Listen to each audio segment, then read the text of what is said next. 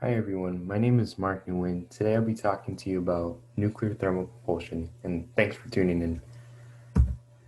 So quickly, I want to outline what I'm going to be talking about today.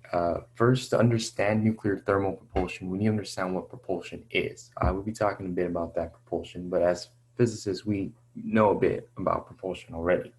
So next, I'll go into what nuclear thermal propulsion is in depth, what the historical context is behind it. There is a lot of history behind it. It's not this new thing that's barely come out of nowhere.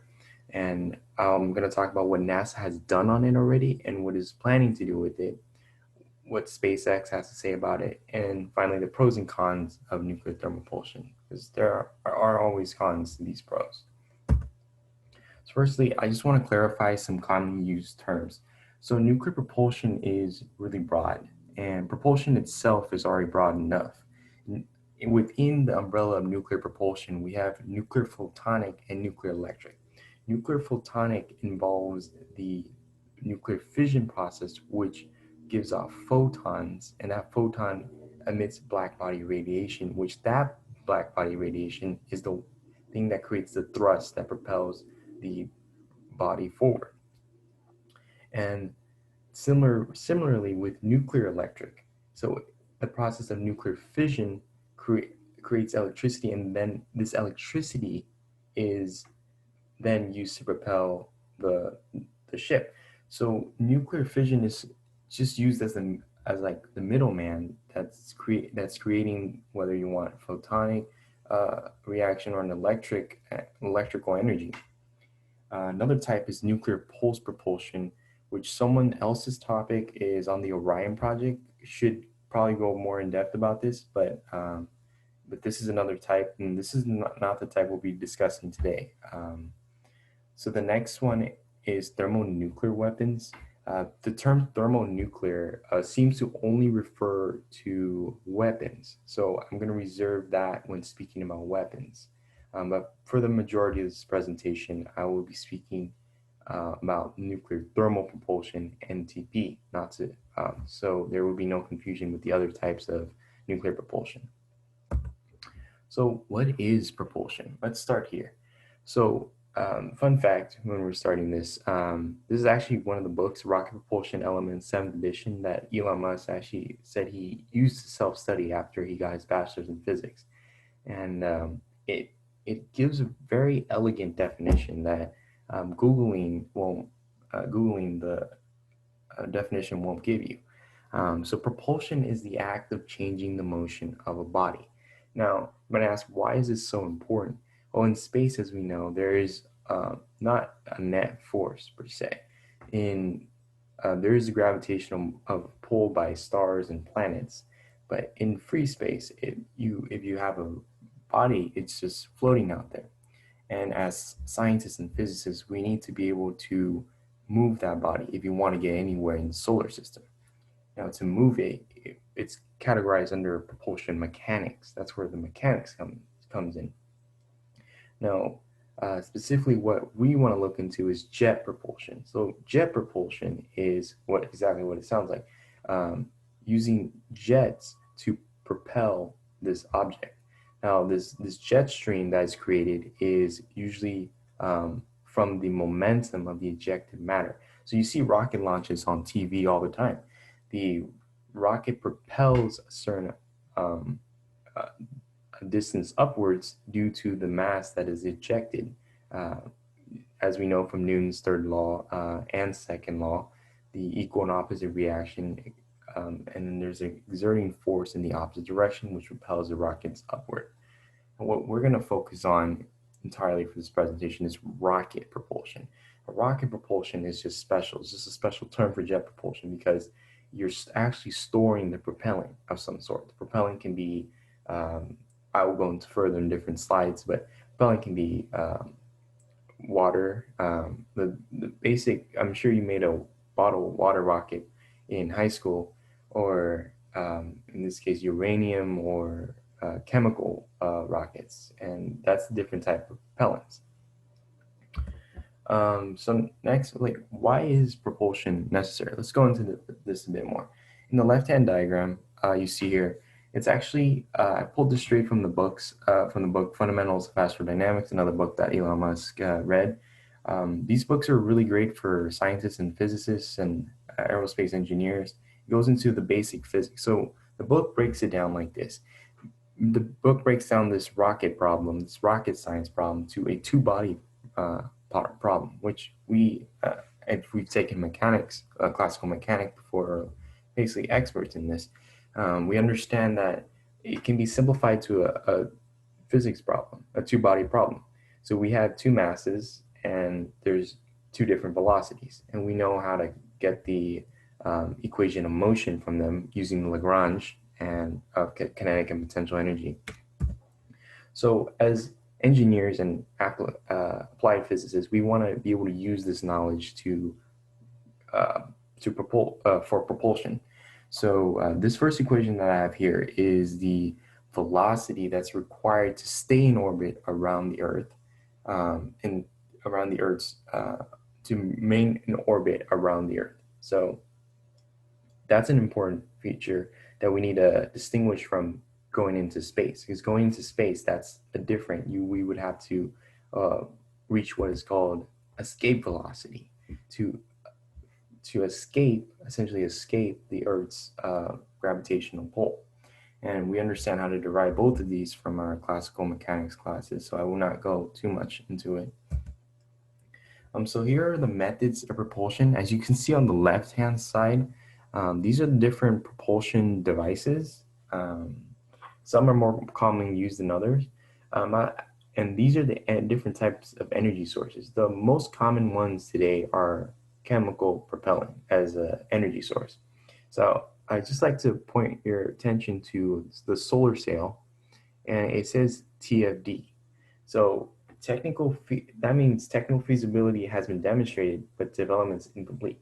Now, this textbook is quite old, and Elon Musk read it when he was in college. But I'm sure they've been really advancing in this area of solar power, of course. And we have Tesla, and now with the solar cell, it's interesting because it is a unique way to traverse the solar system.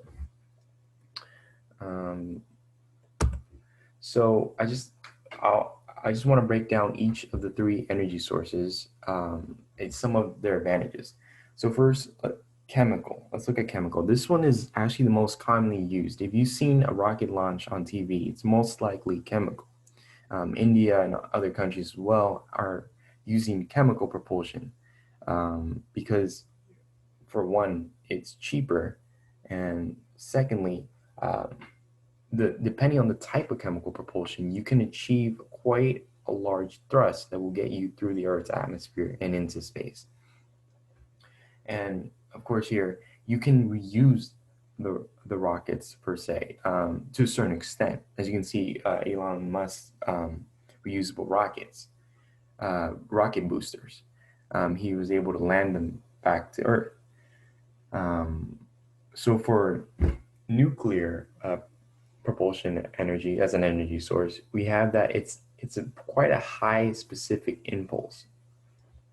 Now, I will go into depth more. I have a slide on this later, but essentially it has this high efficiency that for a little propellant, you're able to get a large thrust out of it. And that's why we're looking towards nuclear propulsion, nuclear thermal propulsion. And solar is a viable option as well. Since we know that energy can be stored in solar cells, and while it's traversing the solar system, the sun rays actually can power it on its flight. So here I have a nice little diagram on top of how that would work.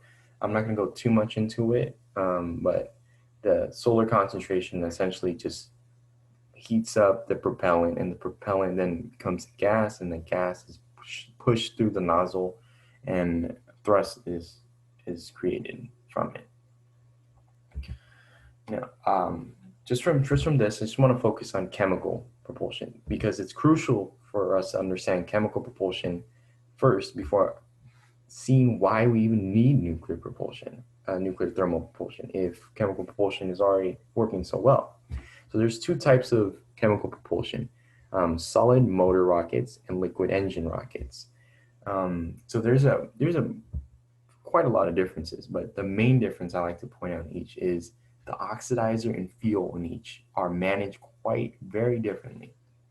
So on the left here, you can see the solid fuel rocket. The oxidizer and fuel are already in its solid state. They're already mixed. So they just need an igniter from a spark to burn. As you can see, it burns radially outwards from inside to outside to prevent the overheating of the outside of the rocket. Um, while in the injection system, the fuel and oxidizer are not mixed yet. You see, the fuel and oxidizer have to be mixed by this special injection system. The injection system injects the oxidizer into the fuel. There's an injector on the left usually for the fuel, and the one on the right for the oxidizer, and it usually combines together in this combustion chamber in which the spark ignites it and the thrust comes out from there. So that's the distinct two. And so here I like to go back here and talk about specific impulse. I told you I would talk about this later. Now, specific impulse is this mathematical quantity. You know, as scientists, we need to be able to quantify why one is more favorable than the other. And essentially, specific impulse, as we know, is total impulse or total momentum delivered per unit of propellant consumed. So as you can see in this quick diagram here, the pressure of the chamber, temperature of chamber, and the energy source of the chamber, um, you're given these initial conditions right here, and you want to be able to maximize the efficiency that which it comes through the nozzle to create the most optimal thrust and the most propulsion. Um, so from here, we already talked about what chemical propulsion is. So chemical propulsion is really good when you're trying to get through the Earth's atmosphere. You're trying to, you see those initial launches on TV from the launch pad, and it breaks through the Earth's atmosphere. But from afterwards, the propellant essentially gets used up. Your fuel gets used up quite a bit. So you need to be able to have another type of energy source when you're out there in space. I already talked about how solar is a viable option, and you're out there in space, and the sun's rays are actually essentially hitting the solar panels and being absorbed, and the energy there could be used. But that's not enough. So that's where we look towards nuclear thermal propulsion, especially when we're looking to go to Mars. As you know, that's the hype right now with most of the space industries joining in with the space race. And you see this resurgence of this desire to explore space that you haven't seen since the Cold War. So the so essentially, let's start with what is nuclear thermal propulsion. So nuclear thermal propulsion is essentially just a nuclear fission process, and we know that nuclear fission, the heat that is exerted is utilized in some way, and essentially it is in this case. It's utilized. It's essential part to nuclear thermal propulsion. This heat is utilized to heat the propellant. This propellant becomes a gaseous state, and then it is used as thrust. I'm going to outline it here a bit more precisely, but essentially liquid propellant is pumped through the reactor core. So you can imagine a rocket with a nozzle at the end, at the bottom, and the imagine the liquid propellant coming in. So it's usually hydrogen. Then there's this nuclear fission process where these uranium atoms split, as we know through nuclear fission from our class lectures, and it releases heat. This heat heats up the propellant, and it expands into a gas, which you know PV equals nRT, and it builds so much that the volume is still constant, but the pressure increases and increases finally until it gets pushed through the nozzle and there is thrust that comes out the other end. So you might wonder, where is nuclear thermal propulsion found? Well, it's actually very common, or somewhat common already. It's in nuclear-powered submarines. So the same is a very similar process. Nuclear fission occurs. Now, let's not get confused with nuclear submarines where they launch thermonuclear weapons. That's also a different category. I'm referring to submarines that actually use nuclear fission as a method of propulsion, the method that I outlined here. So the same way, it heats up the propellant comes to a gaseous state, then it is um, exerted through the other end as thrust. And it's also seen in rockets. As you can see here, NASA is actually working on one.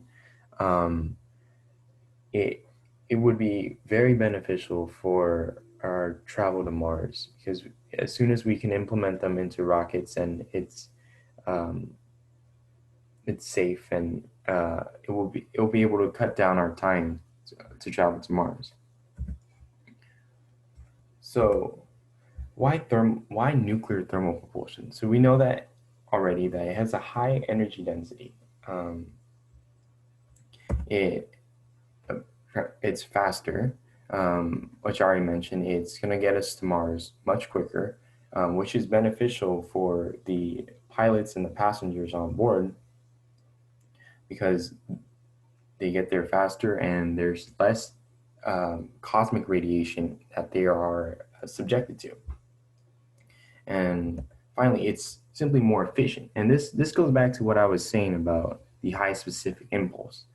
And you essentially get twice the amount of thrust force for flow rate of propellant. So it's quite efficient. And high energy density, it essentially, you can control the propulsion. That's something that's very useful. That in some solid motor rockets, as I diagrammed before, it's already preset. The thrust is already preset, so there's not much controlling you can do to the thrust. However, with nuclear thermal propulsion, we can control this nuclear fission process and use it to our advantage.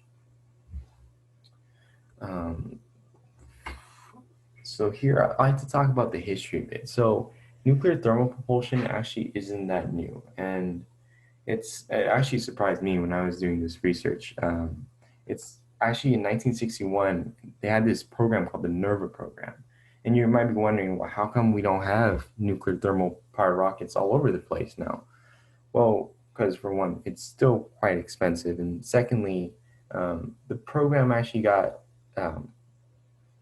shut down per se. There were multiple peace treaties about and concerns about having nuclear weapons or anything nuclear in space. So that ended the work in 1972. However, today in Huntsville, Alabama, in the most recent article that I was reading in 2018, they're currently working on an NTP system. And thanks to material science and engineering, materials are better now to withstand the heat. As we know from our most recent midterm, our recent homeworks, that we need better material for shielding, because the radiation from the nuclear fission process, and we wouldn't want our pilots and passengers to be admitted to this radiation or overexposure to this radiation. Of course, Elon Musk says the same thing. He wants to get to Mars as soon as possible so that his pilots and passengers don't get exposed to too much cosmic radiation. And he is looking towards going to Mars at one point and colonizing it. So nuclear thermal propulsion is a very viable option. And of course, even today, there's a lot of new groups of people that advocate that nuclear thermal propulsion is not safe. It could be like we recently learned from the other presentation, like could be Chernobyl in space, essentially. However, we need to really be able to weigh the cost and benefit. Do we really want our pilots and passengers being overexposed to this cosmic radiation that's just as bad or even worse? Or we want them to get there safe and sound? And finally, I'd like to conclude that nuclear thermal propulsion is the future of space travel, and a lot of companies are looking towards that. There's a lot of great qualities, and as I mentioned, there are a lot of genuine concerns. It needs to be to a point where it's safe enough to be put into space. And what's cool is Princeton Plasma Physics, their laboratory here, as you can see, I've included a picture, has continued nuclear fusion research. And this nuclear thermal propulsion I've been talking about uses nuclear fission. They're working on nuclear fusion. Hopefully, nuclear fusion can be implemented into this thermal propulsion um, for the future. Um, Thank you for listening to me. If you have any questions, by the way, these are my references. If you have any questions, feel free to ask in the Q&A. Thank you.